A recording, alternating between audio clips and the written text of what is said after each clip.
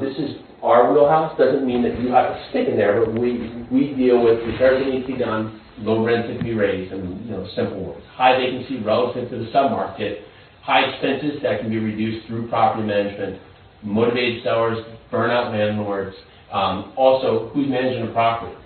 You will be surprised that there are owners, mom and pops, who buy a 200 or 300 unit apartment building, have it for 10 or 20 years, and they're managing it themselves. They're managing it just like they would a hot dog stand.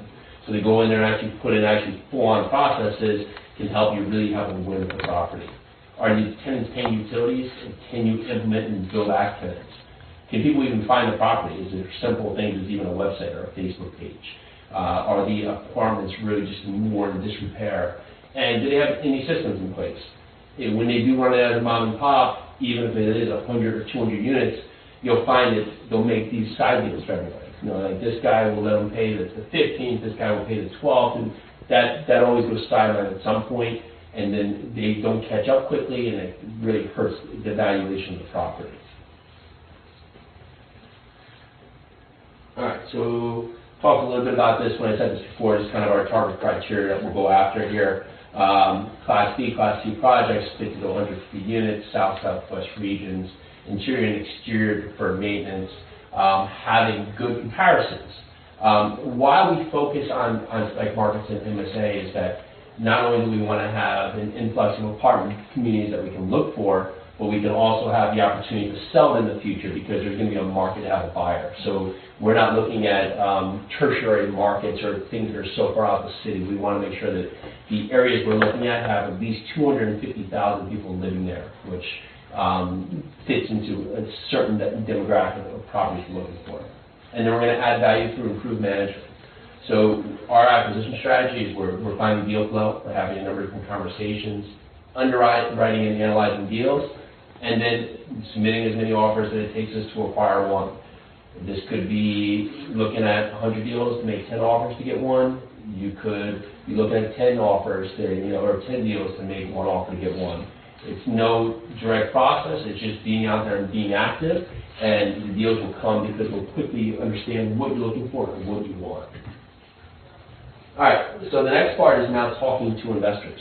And for us, the first property we brought when we sold everything in Indiana, we went from having a 3 and 4 units to buying a 94 unit. That we had actually had the talk track with friends and family beforehand that this is what we were looking to do, just like we were talking here. Why multifamily? Why do we want to buy it? Why are we going to do it? What kind of returns we're looking for? So there's a lot of different ways that you can find investors. Friends and family is the easiest one, your inner circle and your network and your coworkers. And if you're going to raise money, this is going to be the start. One, because they're going to be crazy enough to listen to you to start. Two, they're going to understand that you have that viability, that you are taking action, whether you've done it in another business or this business. So before this, we had not done multifamily, but we had done a number of different things in other businesses. We were able to talk about that. We have people that have done many capacities that are able to have that talk track with their investors because they see that you simply say what you do what you say. And that's what people want. So when you have investors, they just want to make sure that what they're going to get and what they're going to get from you is the same thing you're saying you're going to do. You have your banks, your non-bank lenders, hard money lenders, IRA, retirement money, life insurance, personal savings, private equity, line of credit. So there's money everywhere. You just have to see how it can be used to help you. We've raised deals where retirement money has been about 50% of the money that's been loaned to us from people. Why is that? Well, if anybody paid attention to the stock market the last few days, that's what's been happening to people's retirement accounts. They have money in the IRA, it's basically out of control. So people will choose to take their money and put it into a self-direct company where they can direct it as they choose. And so they'll use that and they'll put that money into the deal because now it's asset-backed and it has all the advantages of multifamily, cash flow, appreciation, depreciation, debt pay down, tax advantages that they can now resource instead of having their money in Apple stock where it's just going to go down and they have no say in what's going to happen with it. All right, so how do investors make money? We're the general partners of the deal. We manage the deal. We're the active ones in the deal. We bring partners on who are now limited partners who are passive investors. Their only downside is what they invest in the deal. We're the ones who sign the loan. We're the ones who guarantee the loan. The investors, for putting in the equity, will get a preferred return.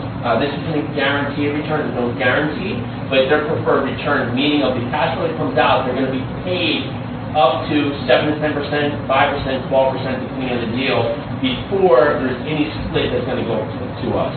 So typically, in the 94 unit, they had 8% preferred return. So if they gave us $100,000, each year we would give them $8,000 back before it was split out, that we would take our share. After that $8,000, any of the cash flow remains, they would get 70%, and we would get 30%. If we hit a certain return protocol, we got 20% on the money, then it would filter to 50-50. This is the way we did it. There's a million different ways to split deals. There's no way that and it's going to be what's going to work best for your investors and what can work for the deal. All right, so we talked a little bit about this, but overview, the investors is down payment to earnest money, CapEx, and fees. Buying roles, and they're going to review the numbers of the property after we present it to them, and review and sign their agreement, which is basically their confidentiality agreement, and their private placement memorandum, which outlines what the deal is. Ourselves, we're finding the deals, reviewing the deals, making the offers, paying all the fees up front to get the deal closed, finding the best financing solution for the property, hiring and overseeing the team, and overseeing the value plan that goes on the deal. So we are the active side. They're simply now helping us. Now, does this have to be your own? No. You cannot do syndication. You could just find 3 friends that all want to partner together and go buy a building and just split the roles up accordingly. We do this in a model here where it allows the investors to simply go and do what they're going to do. They're great doctors, or they're great, working as a veterinarian or whatever they're doing. Well, they don't have to get called about, something of a unit that needs to be rehabbed. They can continue to do their work, make the money, and then allow us to do the investment that can give them a return on the money they're making. All right, so where do you find the deals? You can find deals anywhere. Right? So it's just us really talking about it, like talking to you guys tonight. I have found deals talking to people on meetups. I've had friends bring me deals. I've had cost segregation people bring me deals. We found deals through cold phone before. I've found deals off Craigslist based on someone's recommendation before. You will find deals in many different places, but it's all about us continuing to talk and being specific what we want. The thing, if you are looking to get into real estate, there's no wrong way to start. So if you want to go flip, great, go flip houses. You want to go Airbnb, you have to choose a niche to go into. So people know what you're doing, so people can help you. People know I do multifamily. I buy in certain markets. I buy this type of property. I want to spend this much. So when they find that property, they say, well, Jason, that's what he buys. It's going to be the same thing for you. If you want to start an Airbnb empire, you have to tell people, okay, what kind of property are you looking for? You're looking for studios, 400 square feet. What parts of town, the buy metros, what is it to buy, attraction, just so people can help you. And it's the same thing with investors. I don't ever really go out there and ask for money. I go there and just talk about what we're doing. I've gone to a chiropractor literally like 3 times in my life, and the second time I talked to the guy about, hey, we were doing multifamily. Turns out his cousin does it out there, and then I go back and 3 years later he goes, hey, you still doing that multifamily thing? I was like, yeah, I'm just talking to him about it, and he invested in the next deal. So it's just a point of talking about what you're doing, and people who get it and understand it, and they'll eventually, if it's something that makes sense for them, to come back and invest money. And it does happen a lot, and it's really about just doing your thing, saying what you do. We started on one deal with one gentleman. The next deal, his brother invested. The following deal, another brother invested. The last deal, his cousin invested. So it's just us saying, okay, here's what we do, and following up and just continuing to just do and act accordingly. We found the 94 unit through a property management company. If you know anything about the property management industry, it's one of the most unforgiving industries. If a owner does very well with the property, he sells the property, they're out of a job. If the property's not going well, they fire a property manager, he's out of a job. So it makes full sense to a property manager that if he knows an owner is going to sell because the owner is having a partnership disagreement or doesn't have enough money to do it, he's not capitalized right, well, it's a good service to the property management company to find another person who may want to potentially buy it and keep them on for services. So we had aligned with a property management company in Louisville that actually found us the 94 unit, knew of it that they wanted to sell, and were able to go in there and buy that property, and then of course we retained their services. And mailers do work. Believe it or not, you can mail for these large buildings, because out there is, again, there's mom and pops who are buying and pulling these properties. So this is a little bit, is that each property we buy in its own LLC. So if we buy a new property, like the one we just purchased 3 weeks ago, it's called Huntington Lane. We just labeled it 1409 Huntington LLC. Within that is us, the general partners, and the limited partners. They're Class A shares, we're the Class B shares, and we both make up the LLC right there. And we do that for each one. And we partner that usually with non-recourse debt, which means that there's no recourse outside of the property itself if things were to go bad. A little bit smaller than it. So this is actually the 94 unit. We closed this in May of 2017, and we bought it for $2.3 million. So if you see just the price point there, almost $25,000 per unit. Think about housing stock in New York, New Jersey, where it's $200,000 or $300,000 a unit. So you can have your bang for your buck go a lot farther in some of these markets. Story here was the owner had passed away. He was like in his 90s. His kids took it over, who weren't real kids. They were like in their 50s and 60s. They all lived out of state, and they had he had left them like 1,000 single-family houses, like really like a true 1,000 single-family houses in this property. And they couldn't wrap their heads around this, and said, we're going to sell this thing. Someone had positioned in their mind that it was worth $3.2 million, and we found this property through a property management company, and we were only able to offer $2.1 million. Now, they put the counter that day and said the counter is $3.2 million. So no room at all, they said, this is our price, and we said, we appreciate that great counter, and we went away. Well, we did one simple thing that really paid off here, is we started tracking all the properties we were making offers on. So it was 8 months later, we saw this property was still out there, still not sold. And what had happened is a lot of other investors like myself were making an offer that made sense for property, $2.1, $2.5 million, not the 3.2, and they kept getting shot down by the ownership group, and they eventually forgot about the property. When we went back after that 8 months, and then our price, remember, they were at $3.2 million. Our price, we were at $2.1 million. We raised our offer $50,000 to $2,150,000, and got a counter within 3 hours to $2.6 million. Because now they're starting to get realistic, because time really dictates a lot of people's opinion. It's not always great to offer low. If it's a property that's listed with a broker, we don't want to make the broker look bad. We're not going to go in there and just throw an offer that's very low. We're going to go in there and ask the broker. We're going to say, hey, Mrs. Broker, we've come to this price for these reasons. We're happy to present you with an offer if you'd like, but we don't feel like we can reach the asking price. Half the time, the broker will say, no, it's too new, let's split it. The other half of the time, they'll say, the group is really unrealistic with their pricing. Sure, yeah, put it in, and I'll take it over and see what happens. So we always put that in front of them just so we don't put the broker into a weird situation. So this property was great. Had Bridget, who was working in the leasing office. Bridget did nothing. She literally was watching Dog the Bounty Hunter the day we showed up. So annoyed we were there. It was great. But they had 680 units, and this area only has 3% vacancy. The 680 units were ready to rent, and we never have had to market outside of literally just foot traffic on this property. So she was not renting units that were easily ready to rent, and if you walked across the street to another building that was just like this building, it was completely occupied, and each unit was basically charging $100 more per unit. So you had all these units that were charging more across the street just because someone would pick up the phone and rent to them, and then we had Bridge over here that was not doing a thing. Well, the other problem is they couldn't collect on rent. Well, Bridget couldn't take rent. She was not allowed to take rent. So I don't know what she did. She actually just was there in the office. But you actually, if you were a tenant, you had to go take rent about 4 or 5 miles away to drop off the rent. So of course they're having trouble with collections because now they're setting up all these pitfalls for simply just collecting the rent. They also had all these single-family houses and had all these maintenance people. Unbeknownst to them, or they knew, I don't know, they were billing all their maintenance expenses and their maintenance payroll through this property. So we're making their numbers look really poor, which we found out in the end was really, of course, hurting their valuation. So they had three maintenance people who really needed about 1.5 maintenance people on this property.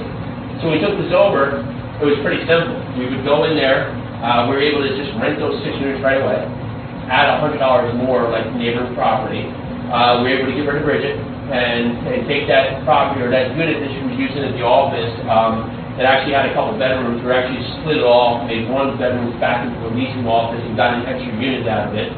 We got rid of the maintenance guys and put on the right maintenance guys, which cut down our expenses. And then past that, we started putting on other fees. So this property didn't allow pets.